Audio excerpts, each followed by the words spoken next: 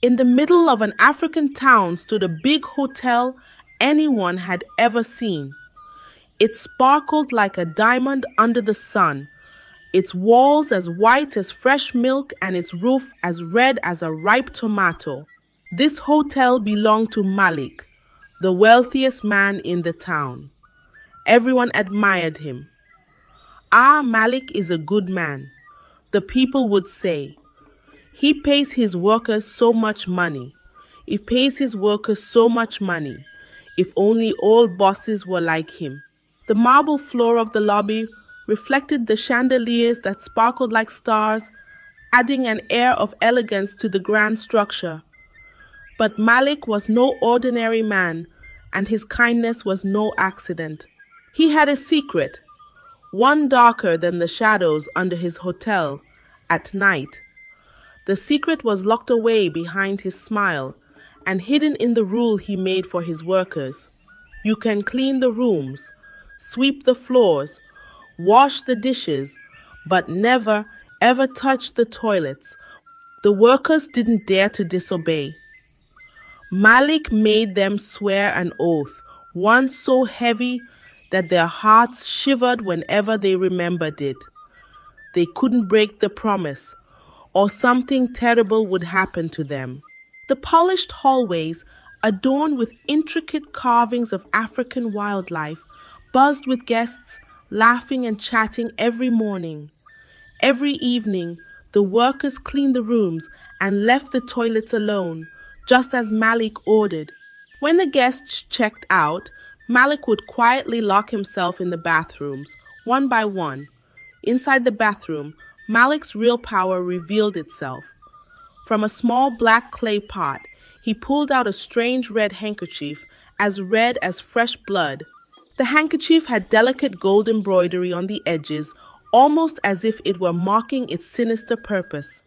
It wasn't just a cloth, it was magic. Malik would take the handkerchief and gently wipe the toilet seat where the guest had sat. As he wiped, something invisible left the seat and soaked into the cloth. It wasn't that he was cleaning. No, it was something more, something powerful. With each wipe, he stole the joy, the luck, the success, and the grace of the guest who stayed in his hotel. All their goodness flowed into his handkerchief like water into a jar. And this was Malik's secret. His hotel didn't shine because of hard work or luck. It shined because of the fortunes he stole. The guests left feeling heavy, unlucky, and confused, while Malik grew richer and richer every day. The golden facade of the hotel shimmered under the sun, hiding the darkness that festered within its walls. No one knew, not his workers, not the guests, not even the birds that perched on the roof of his hotel and sang in the mornings. Malik carried his secret like a snake, hiding under leaves, and no one could see the danger lying beneath the surface. But secrets, no matter how well hidden, don't stay buried forever. One morning, a young maid named Zara joined the workers at Malik's grand hotel. Her eyes were as bright as the morning sun, and she had a spirit as the morning sun, and she had a spirit as a cat sniffing around a new home. She swept, dusted, and cleaned with energy, her hands moving quickly like a bird picking grains. But her mind was full of questions. The embroidered patterns on the hotel curtains fascinated her, but not as much as the strange rule about the toilets. "Why can't we clean the toilets?" Zara whispered to another worker one afternoon. The older maid shook her head quickly. "Don't ask questions you don't want answers to," she warned, her voice low. "Just do your job." But Zara couldn't help it. Her curiosity buzzed like a mosquito in her ear. What was Malik hiding? She wanted to know. One day after the guests had left and the workers were busy cleaning, Zara found herself near one of the toilets. Malik always insisted on cleaning himself. The door was slightly open and her heart began to beat like a talking drum. She peered inside. There he was, Malik, standing with the red handkerchief in his hand. The sight froze her in place. The cloth glowed faintly, and Malik moved it across the toilet seat slowly, like a farmer gathering ripe fruits. He didn't see her, but she saw everything. Her breath caught in her throat. She understood now. This wasn't just cleaning. This was something dark, something evil. I have to tell someone, she thought, her feet already moving to run. Zara panicked. She dropped her cleaning supplies and turned to run, but the floor was slippery from the morning's cleaning. Her foot slid, and before anyone could help her, her head hit the hard tiles with a loud crack. She lay there motionless, her eyes wide open, staring into nothingness. Zara was gone. Malik stood over her body, his breathing heavy. His mind raced as he realized what had happened. He knew he couldn't let the truth come out, not about the handkerchief, not about the ritual, not about the ritual, not about anything. Quickly, Malik carried Zara's lifeless body down to the basement, where no one would find her. He cleaned up the scene, making sure there wasn't a single trace of what had happened. When he was done, he summoned the rest of the workers. The chandelier above them swayed slightly, casting shifting shadows across the terrified faces of the workers. "You all know the rules," he said, his voice low and cold. "Zara made a mistake, and she paid the price. If anyone else breaks the rules, they will face the same fate." The workers nodded silently, their faces pale with fear. The deadly oath they had sworn bound their tongues, and even if they wanted to speak, the weight of Malik's power held them back. From that day, the air in the hotel changed. Fear lingered in every corner like a dark cloud. The workers moved like shadows, obeying every word Malik said without question. No one spoke of Zara again, but her absence was felt like an empty chair at a family table. And so the hotel carried on, its grand walls hiding not just one secret, but now a dark, silent ghost. While Malik's life was great and his business was going well, he had one problem: his son. Malik had one son, Jamal, and he was the complete opposite of his father. Where Malik was quiet and calculated, Jamal was loud and careless. He loved showing off. His clothes were flashy, his cars shone like new coins, and he threw wild parties that lasted until the moon gave way to the sun. Jamal believed life was a game, and he was the king. The streets of the town often echoed with the roar of Jamal's sports cars, drawing admiration and envy in equal measure.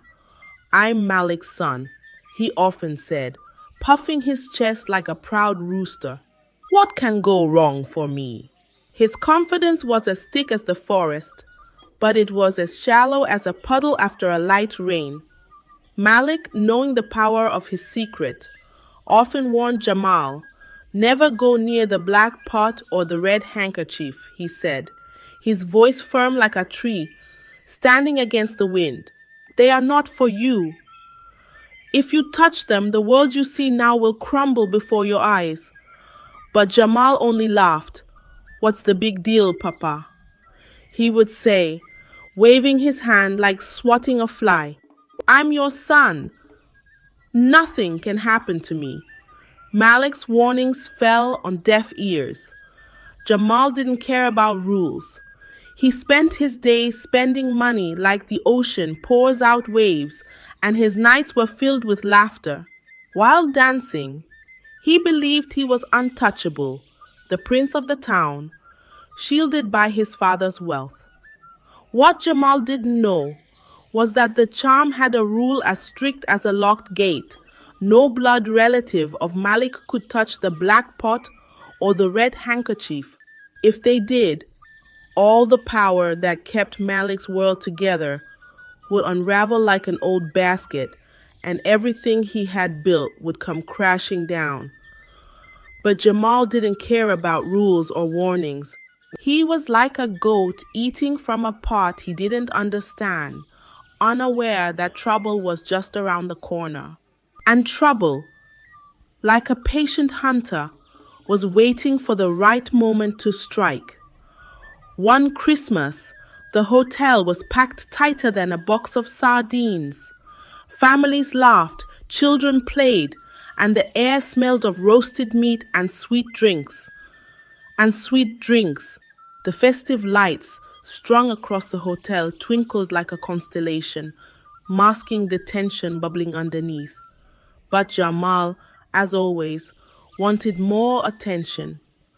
He threw a party so loud that it shook the walls of the Grand Hotel. Music blasted like thunder, and laughter spilled out into the streets. The guests joined in, cheering and dancing, while Jamal drank until his steps wobbled like a baby goat learning to walk. "Jam J, stop this madness!"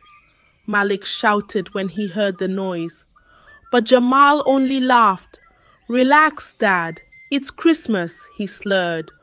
Waving a bottle in the air, Malik's heart tightened. He knew Jamal's carelessness was a storm waiting to happen. The red handkerchief was no toy, and his son's arrogance was leading him too close to danger. But Jamal didn't care.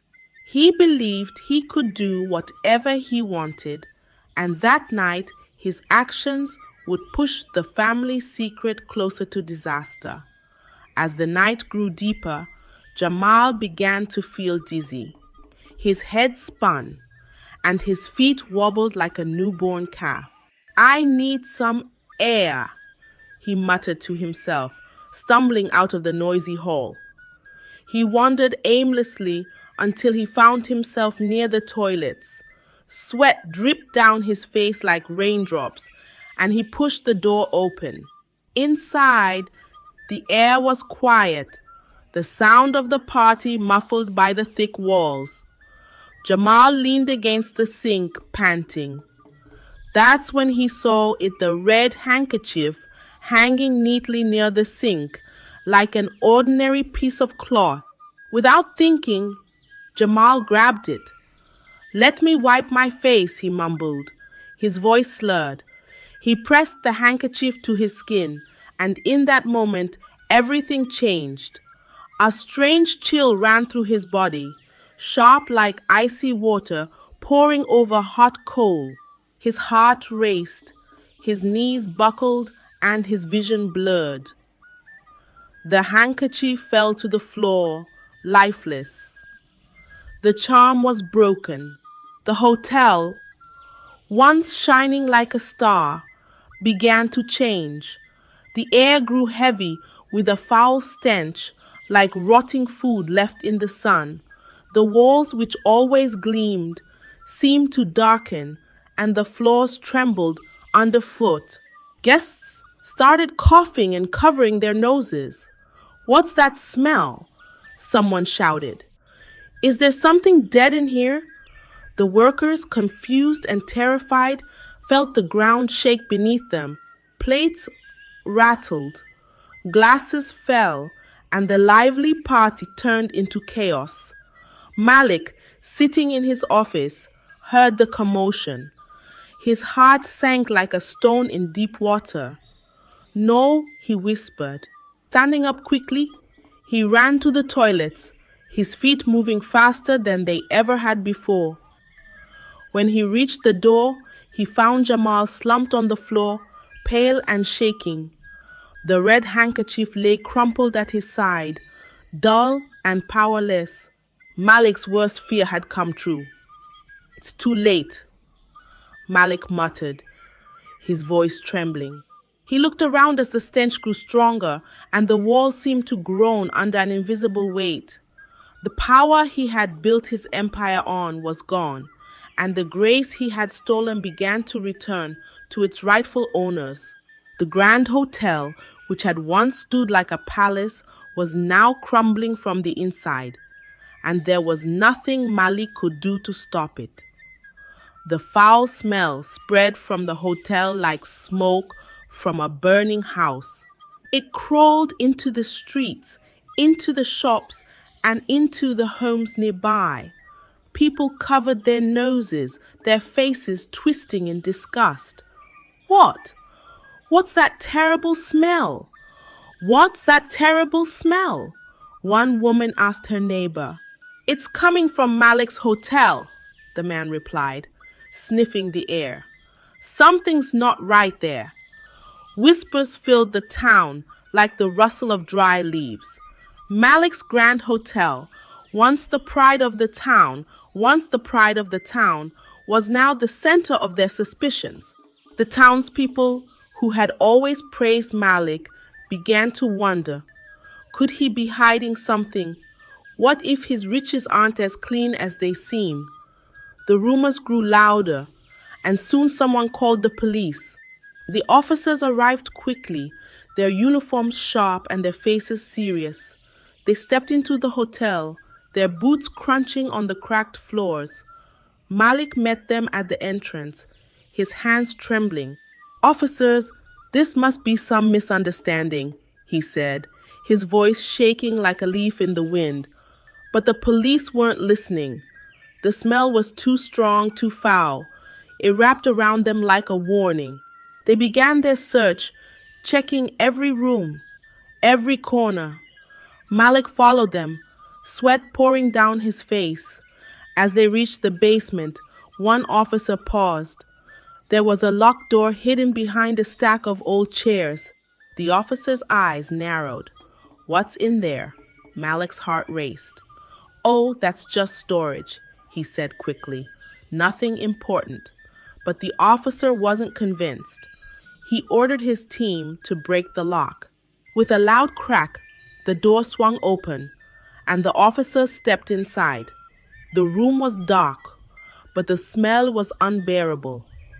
One officer turned on his flashlight, and the beam landed on something that made them freeze. Piles of bodies, lifeless, cold, and drained of life. Their faces were pale, their eyes empty, as if all their joy and grace had been stolen. The officers stepped back, their breaths caught in their throats. The room reeked of death, a heavy stench that clung to their clothes and skin. This is horrifying," one officer whispered. The townspeople, hearing the commotion, gathered outside the hotel. The police carried the grim news to them, and gasps filled the air like a wave crashing against rocks. "Malik did this," someone cried. "All those people gone because of him," another said, her voice breaking. The truth was out. Malik's secret had been revealed, and the town, once full of admiration for him, now burned with anger and disgust. The Grand Hotel was no longer a place of celebration. It was a graveyard hiding the dark deeds of a man who had stolen the lives of so many. The truth spread through the town like wildfire, from the market to the farms, from the elders to the children. Everyone heard the horrifying news about Malik. The man they had praised, the man they had trusted, had used dark magic to steal from them. The police didn't waste time. They stormed into the crumbling hotel and placed Malik in handcuffs. His head hung low, and his once proud face was now pale and defeated. As he was led out, the workers, no longer bound by the deadly oath, began to speak. "I saw him with the red handkerchief," one said, her voice shaking. "He made us promise never to tell, or we would die." Another added, tears streaming down his face. Their stories painted a picture, darker than the storm clouds that now seemed to gather over the town. The townspeople couldn't forget what had happened. They talked about it often, sitting under the moonlight or around their cooking fires. We must never be fooled again, they said. When something seems too good to be true, it probably is. Slowly, the town began to heal. People laughed again, children played in the streets, and life returned to normal. But every December, when the town celebrated Christmas, they would look at the empty hotel and remember the lesson: greed always comes with a price. The story of Malik and his red handkerchief was told for generations, a tale to warn against the dangers of greed and the dark secrets that can hide behind even the brightest smiles. And so, the town moved on, wiser and stronger, never forgetting the shadows that had once fallen over their joyful December days. Thank you for exploring the gripping tale of Malik and his dark secrets with us. This story reminds us that greed and deception may shine brightly at first, but always lead to ruin. Let it be a lesson to value integrity and caution against trusting appearances too quickly. Stay tuned for more captivating stories that inspire and enlighten. Until next time, take care and keep seeking the truth. If you visit a salon with a strict rule that mirrors or anything that has a reflection is not allowed, will you keep to the rule or you'll take your leave? Let's find out in Naya's story. Nia owns a hair salon in the town of Umuzi. She was known for her incredible speed in braiding hair. She could braid up to 10 clients a day because she didn't spend more than an hour on each hair, no matter the hairstyle you bring. Hairstyles that take up to a whole day or two, with Nia, you can get that hairstyle done in just 1 hour. People loved Nia's fast, beautiful, and clean braids. Her salon was always full of customers because they loved the fact that they could just come to Nia's salon and get their hair done in no time. They praised her for her skills, but there was one thing at Nia's salon that you must keep to if you must make your hair with Nia, which is the no mirror rule. Nia was so strict with this rule that once you get to her salon door, she will warn you strictly to set your bag to ensure that you don't have anything that has a reflection with you. The salon itself was quaint but well decorated, with bright yellow walls adorned with photos of intricate hairstyles that Nia had mastered over the years. People always wondered why she kept this rule so strictly, but they didn't bother to ask as far as they got their hair done fast, beautiful, and clean. Dear viewer, have you ever come across a vendor that has this kind of a rule like that of Nia? One day, a beautiful young woman called Amma visited Nia's salon for the first time. I guess she hadn't heard about the rule of no mirrors before. As she got to Nia's salon, they checked her bag as usual, but forgot to check her pockets. The staff, dressed in matching purple aprons embroidered with Nia's creations, greeted Amma warmly. As soon as she sat down for Nia to start braiding her hair, she brought out a small glass that had a reflection, just because she wanted to describe the hairstyle that she wanted to Nia. Immediately, Nia sighted the mirror. She started screaming, "How dare you? Who asked you to bring a glass into my salon? Weren't you told that reflections are not allowed?" The tension in the room was palpable as the other clients turned to see what the commotion was about. Immediately, Amma responded, "I'm really sorry. I didn't know about the rule." Amma threw the glass away outside just because she really wanted to make her hair in less than 1 hour. She didn't bother to ask Nia why she had such a ridiculous rule in a hair salon, and she sat down, got her hair braided in a very short time, and left happily. Dear viewer, you might be curious about why Nia had such an unusual rule at her hair salon. Well, stay tuned because this story is about to unfold. But before we dive in, I have a small request for you. Yes, you, my amazing audience. If you haven't subscribed to my channel yet, I would be thrilled to have you join this journey and support my growth. Just hit that subscribe button. It means the world to me. And to my loyal returning subscribers, welcome back. I'm so grateful for your continued support. Now, let's jump right back into the story. Another beautiful day. A young lady named Kemi visited Umuzi. She needed to have her hair braided and was referred to Naya's salon. When Kemi arrived, Naya explained the no mirror rule. The sign on the salon door, handwritten in bold red ink, read no mirrors or reflective items allowed beyond this point. Kemi found it odd and refused to adhere to it. She said, "Why can't I use a mirror in a hair salon? How will I see what you're doing on my hair to be sure you're actually getting the hairstyle right?" Nia replied, "You don't have to worry about the hairstyle. I always get my hairstyles right, and if you don't want to adhere to the rule, then I won't make your hair to the rule, then I won't make your hair." Nia stood firm and refused to braid Kemi's hair if she wouldn't follow the rule. Kemi left, confused and curious. Kemi was a very adventurous and curious human being who always wanted to find out anything that she wasn't sure about. Her curiosity grew. She decided to find out why Naya had such a strange rule.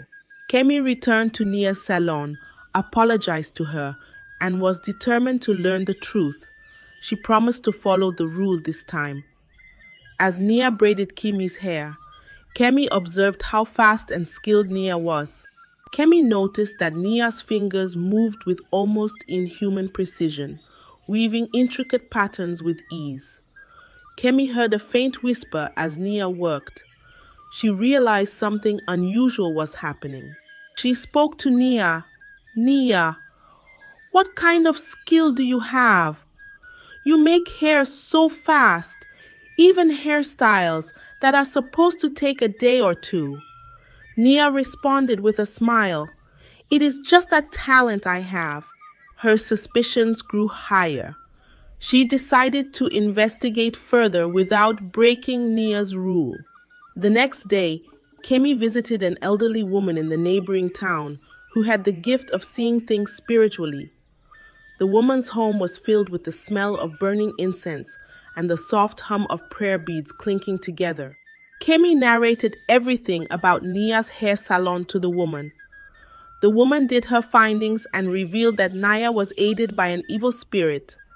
The spirit made her work faster because once Nia started making a customer's hair, the spirit was always present with Nia to assist her in braiding the hair.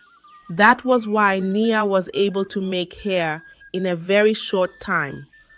Kemi was shocked to hear this. The elderly woman also told Kemi that Nia wasn't happy that she had an evil spirit that was braiding hair for her customers. She was just helpless and didn't have any way of breaking free from that curse because Nia came across that spirit right from when she was born.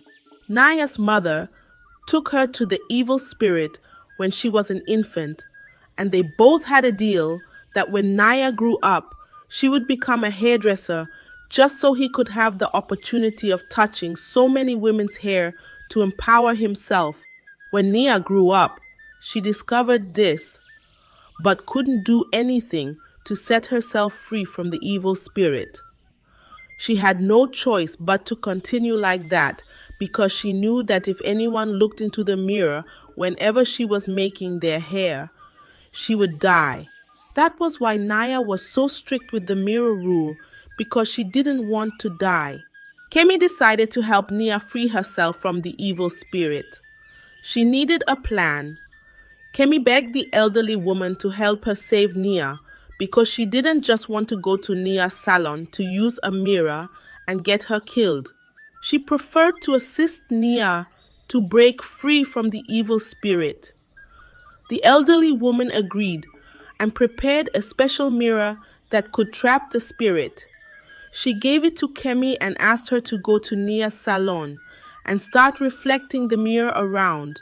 When Kemi got to Nia's salon, she informed Nia about her plan. Nia was nervous but trusted Kemi and her plan. She wanted to be free from the spirit's control.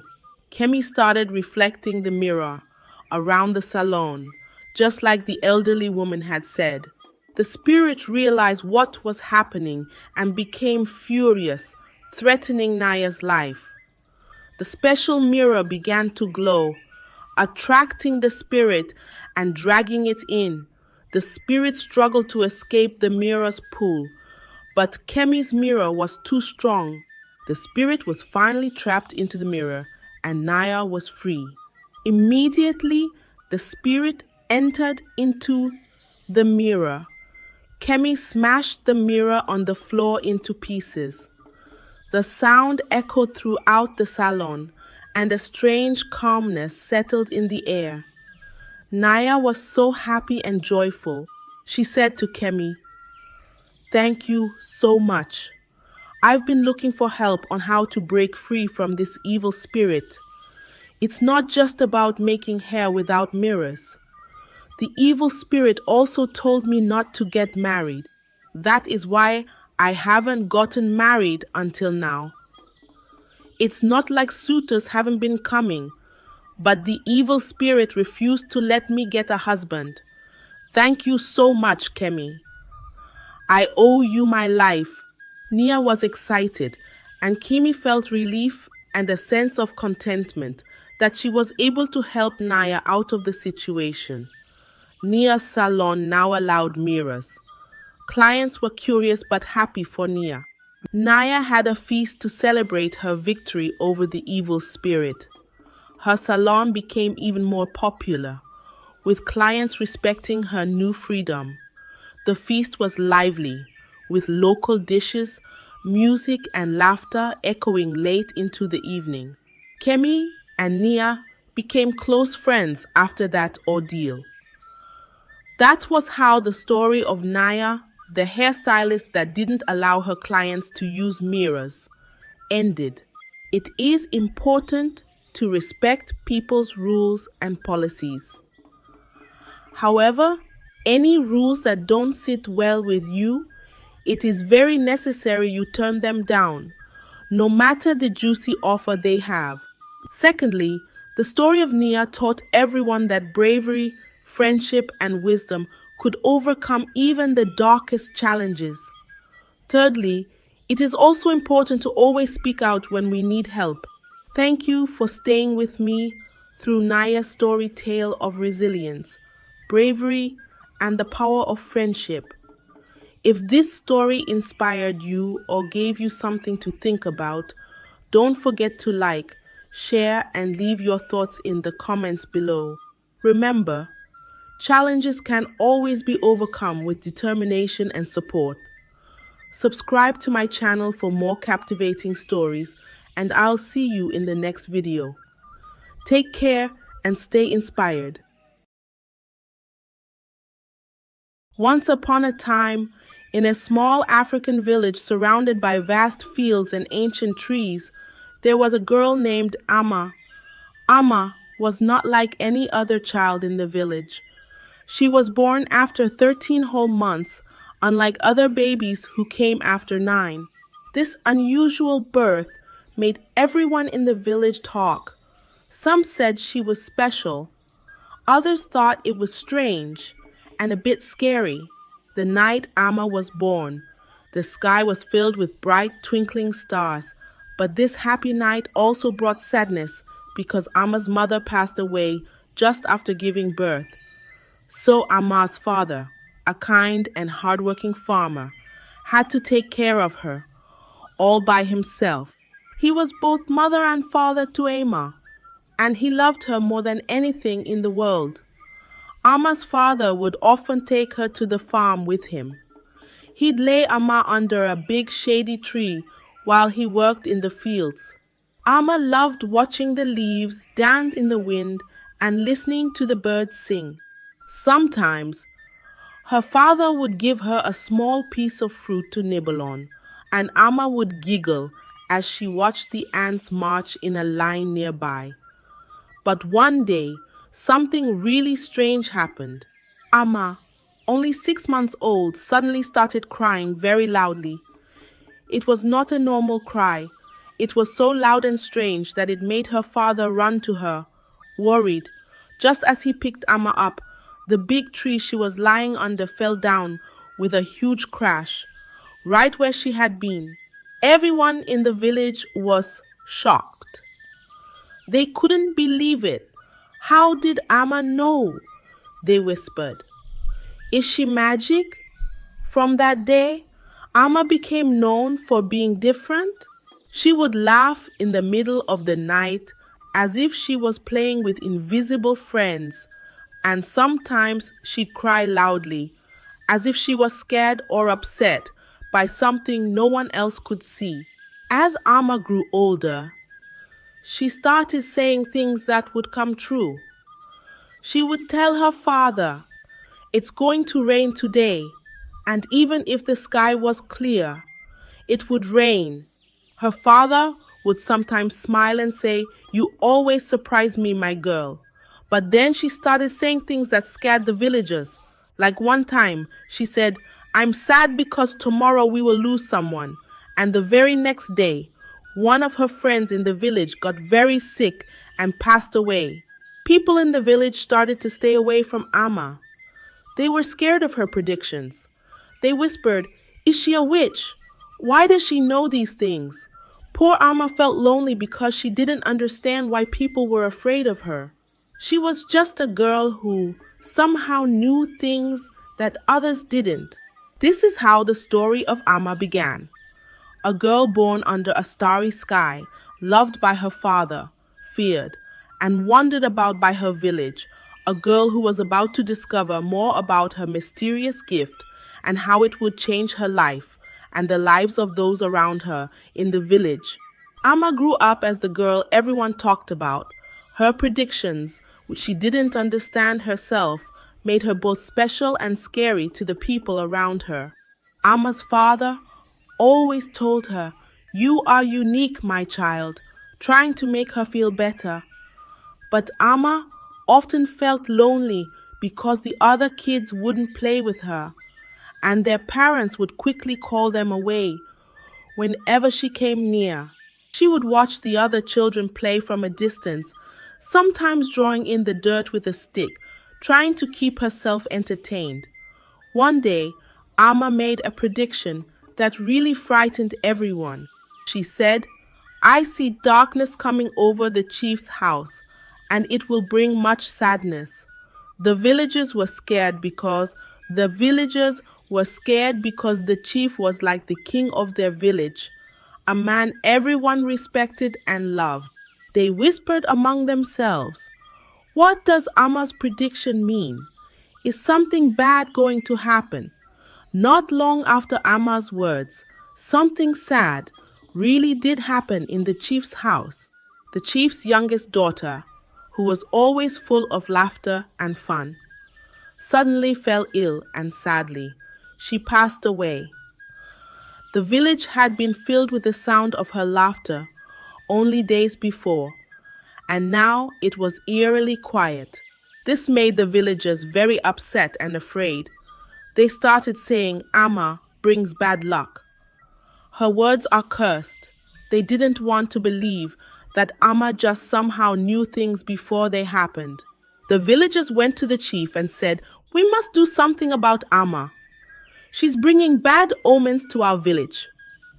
The chief, a kind and wise man, was in a tough place.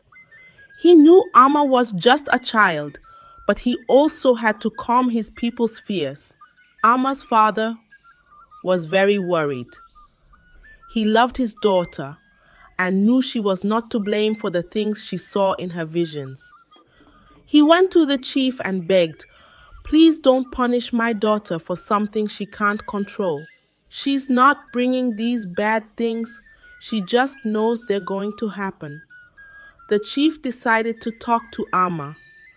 He asked her, "Why do you think you see these things before they happen?"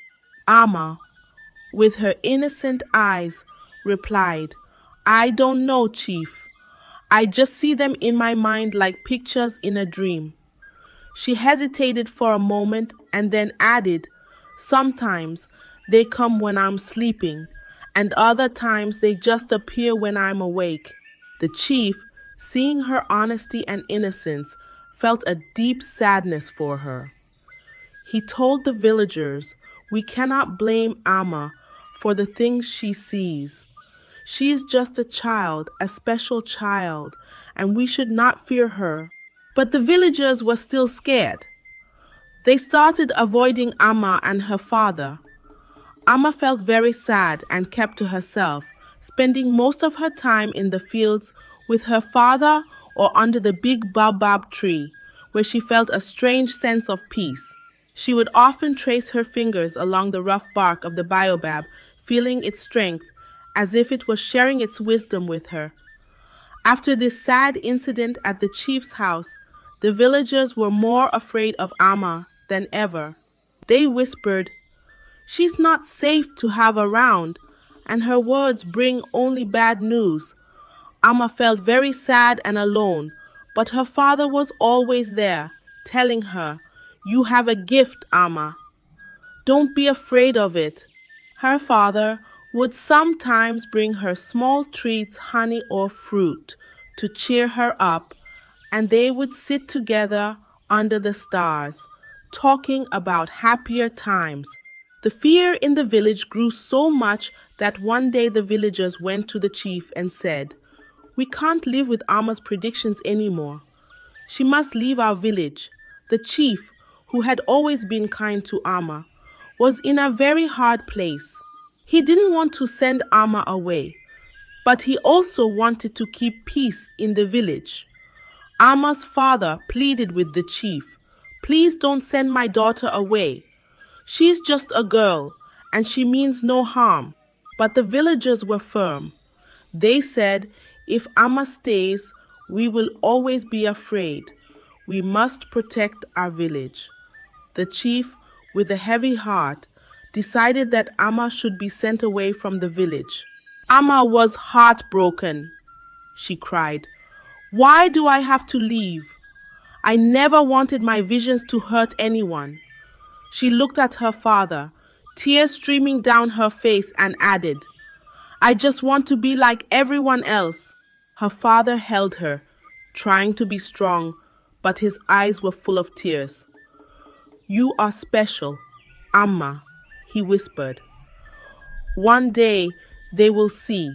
On the day Amma was to leave, she said, "I have one last thing to share, a secret that's not mine, but the villages." The villagers were curious. They thought, what secret could Amma know? So they gathered around, even though they were still scared. Amma took them to the chief's house, to a room that was always locked.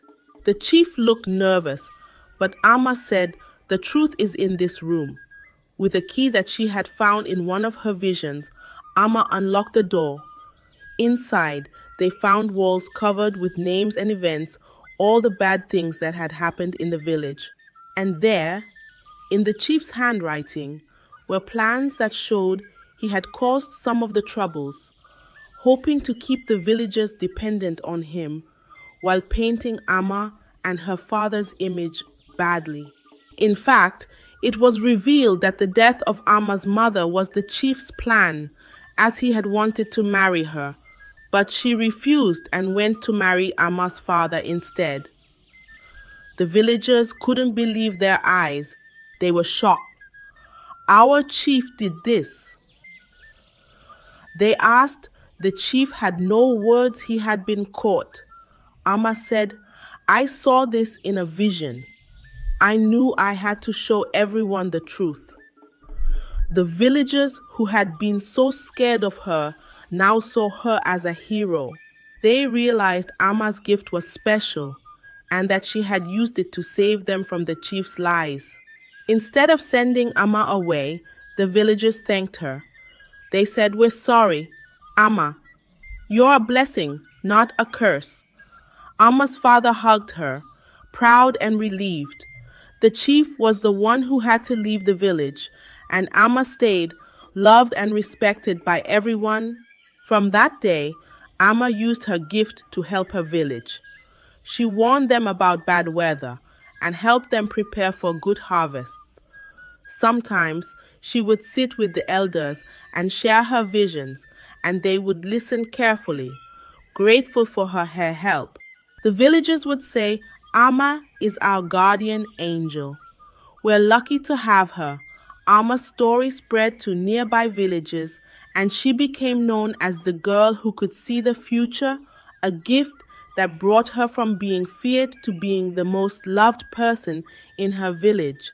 Thank you for joining us in Amma's journey, a tale of resilience, acceptance, and the power of truth. If you enjoyed this story and want to hear more inspiring tales, please make sure to like this video and subscribe to our channel. Your support helps us bring more stories of courage and magic to life. Until next time, keep believing in the power of kindness and the beauty of being unique.